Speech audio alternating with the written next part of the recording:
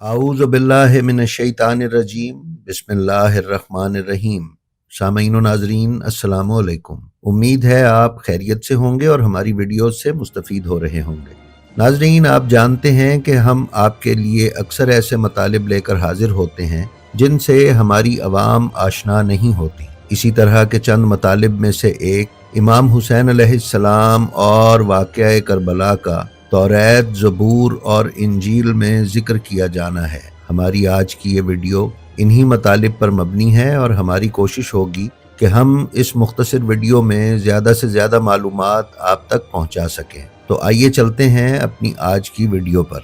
ناظرین، بائبل، توریت، زبور اور دیگر آسمانی صحائف کے مشہور مفکر اور محقق تھامس میک ایلوین بیان کرتے ہیں کہ لفظ حسین توریت کی کتاب خروج کے باب 25 کی آیت نمبر 7، باب 28 کی آیت نمبر 4، اسی طرح آیت نمبر 15، 22، 23، 24، 26، 28، 29 اور 30 میں بیان ہوا ہے۔ اسی طرح کتاب خروج کے ہی باب نمبر 29 کی آیت 5 اور باب 35 کی آیت نمبر 9 اور 27 میں بیان کیا گیا ہے۔ اسی طرح کتاب خروج کے باب 39 کی آیت نمبر 8، 9، 15، 16، 17، 19 اور 21 میں بھی بیان کیا گیا ہے۔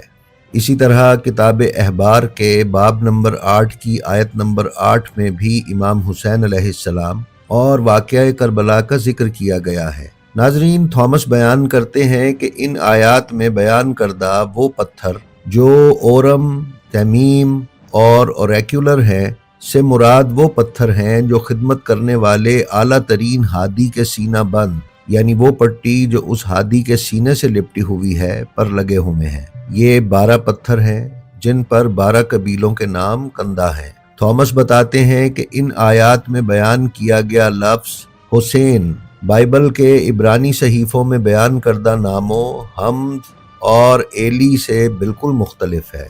خدا کے حضور توسل کرنے کے لیے اعلیٰ ترین ہادی یعنی حضرت محمد صلی اللہ علیہ وآلہ وسلم، اور ان ناموں میں اس لفظ یعنی حسن کا استعمال ایک خاص کشش رکھتا ہے۔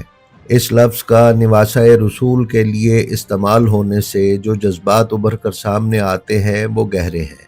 ناظرین، پھر تھامس میک ایلوین بیان کرتے ہیں کہ اکثر عیسائی اور یہودی محققین نے انجیل اور توریت کے عبرانی مخطوطوں میں بیان کیے گئے ان ناموں یعنی حسن اور حسین، جن کا ایک ہی معنی ہے یا ایک ہی شخصیت ہے، کو حضرت عیسیٰ یا حضرت موسیٰ سے تعبیر کرتے ہیں، اور امام مہدی علیہ السلام آخر الزمان کے حوالوں کو نزول عیسیٰ سے تشبیہ دی جاتی ہے۔ لیکن یہ تسلیم کرنا ضروری ہے کہ عبرانی صحیفوں میں حسن یا حسین کے لیے لغوی شواہد مکمل طور پر غیر موجود ہیں۔ مزید برآں وہ کئی حوالے جو مسلمانوں کے ذہنوں میں امام حسین علیہ السلام کی طرف اشارہ کرتے ہیں، مسیحیوں کی طرف سے حضرت عیسیٰ کے لیے یا یہودیوں کی طرف سے منتظر مسیحا کے لیے استعمال ہوتے ہیں۔ ان میں سب سے مشہور یسیع ہے، جسے اکثر مسیحیوں نے حضرت عیسیٰ کو صلیب دیے جانے کی پیشگوئی کے طور پر استعمال کیا، لیکن یسیع کے ساتھ پیش آنے والے تمام واقعات واضح طور پر امام حسین کی شہادت کے واقعات کی عکاسی کرتے ہیں۔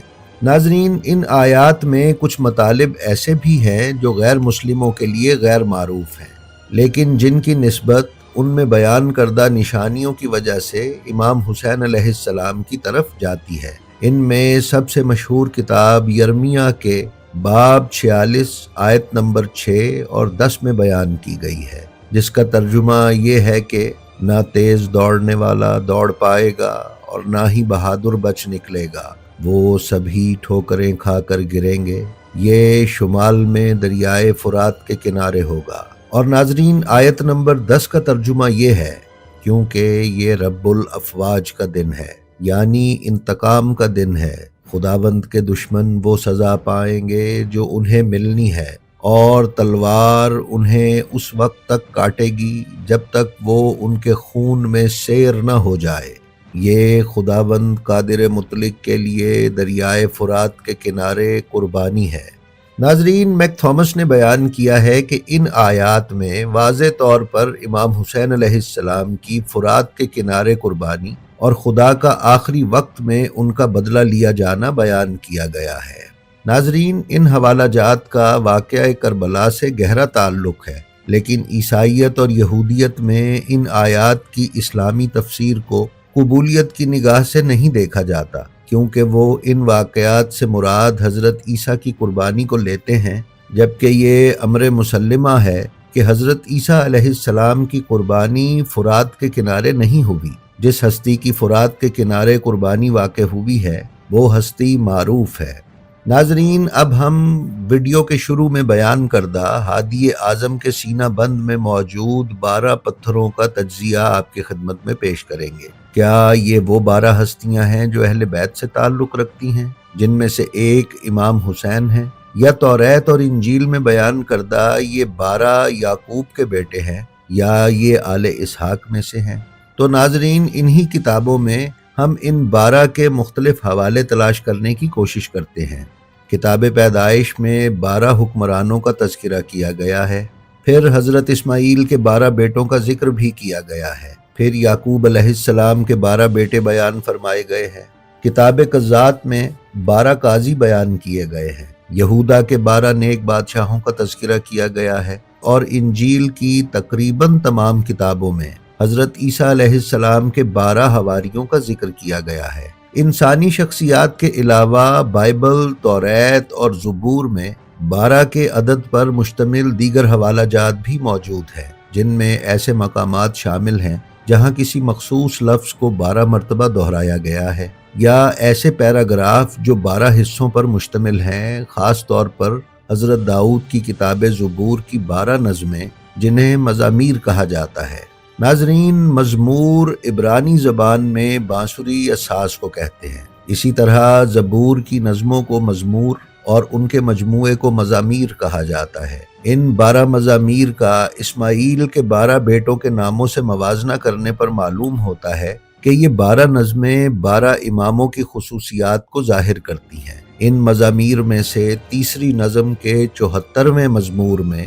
خاص طور پر امام حسین علیہ السلام کی شہادت کی پیشگوئی بیان کی گئی ہے۔ یاد رہے کہ ائمہ طاہرین میں امام حسین علیہ السلام کا نمبر بھی تیسرا ہی ہے، اور امام حسین علیہ السلام کا زیادہ تر تذکرہ تیسری نظم میں ہی ملتا ہے، جو کہ ایک حیرت انگیز مماثلت ہے۔ ناظرین، ہم آپ کی علمی تسکین کی خاطر 74ویں مزمور کے عبرانی نسخے سے آپ کی خدمت میں آیت 3 تا 11 کے تراجم اور ان کی تشریح پیش کر رہے ہیں۔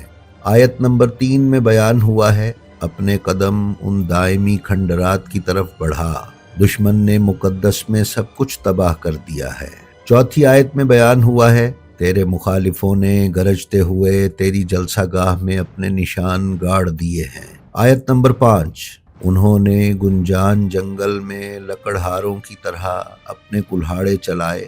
نمبر 6، اپنے کلہاڑوں اور کدالوں سے اس نے تمام کندہ کاری کو ٹکڑے ٹکڑے کر دیا ہے۔ نمبر 7، انہوں نے تیرے مقدس کو بھسم کر دیا، فرش تک تیرے نام کی سکونت گاہ کی بے حرمتی کی ہے۔ آیت نمبر 8، اپنے دل میں وہ یعنی دشمن بولے، آؤ ہم ان سب کو خاک میں ملائیں، انہوں نے ملک میں اللہ کی ہر عبادت گاہ نظر آتش کر دی ہے۔ آیت نمبر 9، اب ہم پر کوئی الہی نشان ظاہر نہیں ہوتا، نہ کوئی نبی ہمارے پاس رہ گیا، نہ کوئی اور موجود ہے جو جانتا ہو کہ ایسے حالات کب تک رہیں گے۔ آیت نمبر 10، اے خدا، حریف کب تک لعن طعن کرے گا، دشمن کب تک تیرے نام کی تکفیر کرے گا۔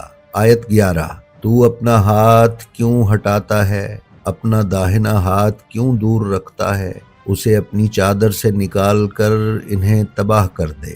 ناظرین، آیت نمبر 3 میں اللہ تعالیٰ امام حسین سے ارشاد فرما رہا ہے، بے شک دشمن یعنی یزید نے مقدسات کو تباہ کر دیا ہے، لہٰذا تو یعنی حسین دائمی کھنڈرات یعنی کربلا کی طرف قدم بڑھا۔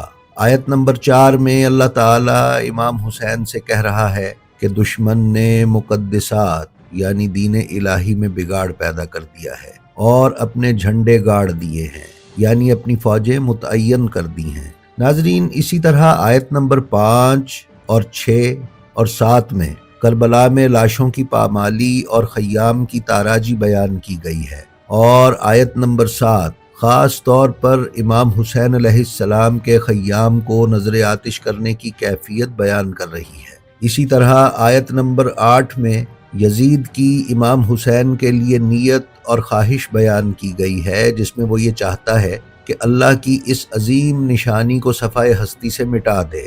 آیت نمبر 9 خاص طور پر امام حسین علیہ السلام کی شہادت کے بعد اس وقت کو ظاہر کرتی ہے کہ جس وقت امام زین العابدین علیہ السلام کی امامت کے فرائض بی بی زینب کبریٰ سلام اللہ علیہا انجام دے رہی تھی۔ آیت میں ذکر کیا گیا ہے کہ ہمارے پاس نہ کوئی نبی بچا ہے اور نہ کوئی اللہ کی نشانی۔ یہ خاص اس وقت کا اظہار ہے جب ظاہری طور پر امام زین العابدین علیہ السلام فرائض امامت انجام نہ دے پا رہے تھے۔ ناظرین، اسی طرح 74ویں مزمور کی آیت نمبر 10 میں اسیران کربلا سے لے کر امام مہدی علیہ السلام تک کے ظہور کے انتظار کی کیفیت کو بیان کیا گیا ہے، جس میں بتایا گیا ہے کہ دشمن کب تک تیرے نام کی تکفیر کرے گا۔ آیت نمبر 11 خاص طور پر اسیران کربلا اور آل محمد کی وہ فریاد ہے جو وہ اللہ تعالیٰ سے خون امام حسین کا بدلہ لینے والے کے ظہور کے لیے کر رہے ہیں۔ تاہم اس آیت کے 3 پہلو ہیں۔ اس میں اللہ کے ہاتھ کا ذکر کیا گیا ہے، جو کہ ید اللہ یعنی حضرت علی علیہ السلام کی طرف بھی اشارہ ہو سکتا ہے، یا پھر آخری دور میں جو اللہ کا ہاتھ ظاہر ہوگا یعنی امام مہدی علیہ السلام، ان کی طرف بھی اشارہ ہو سکتا ہے۔ اور آیت کا تیسرا پہلو امام حسین علیہ السلام کی رجعت ہے کہ وہ تشریف لائیں اور شہدائے کربلا کا انتقام لیں۔ جی تو ناظرین، یہ تھی ہماری آج کی ویڈیو۔ ہمیں امید ہے یہ آپ کو پسند آئی ہوگی۔ اگر آپ ہمارے چینل بلینڈ آف ہسٹری پر نئے ہیں تو ہماری آپ سے گزارش ہے کہ اسے سبسکرائب کر لیں اور اس کے بیل آئیکن پر کلک کر کے آل نوٹیفیکیشنز کی سیٹنگ کا انتخاب کر لیں، تاکہ آپ ہمارے کسی بھی ویڈیو سے محروم نہ رہ سکیں۔ اس کے ساتھ ہی ساتھ ہمارا جو ویڈیو آپ کو پسند آئے اس کا لنک اپنے حلقہ احباب میں شیئر کرنا نہ بھولیں۔ ہماری آپ سے درخواست ہے کہ اپنا اور اپنے متعلقین کا بے حد خیال رکھیں اور خلق خدا میں آسانیاں تقسیم کرتے رہیں۔ خدا آپ کا حامی و ناصر ہو۔ السلام علیکم۔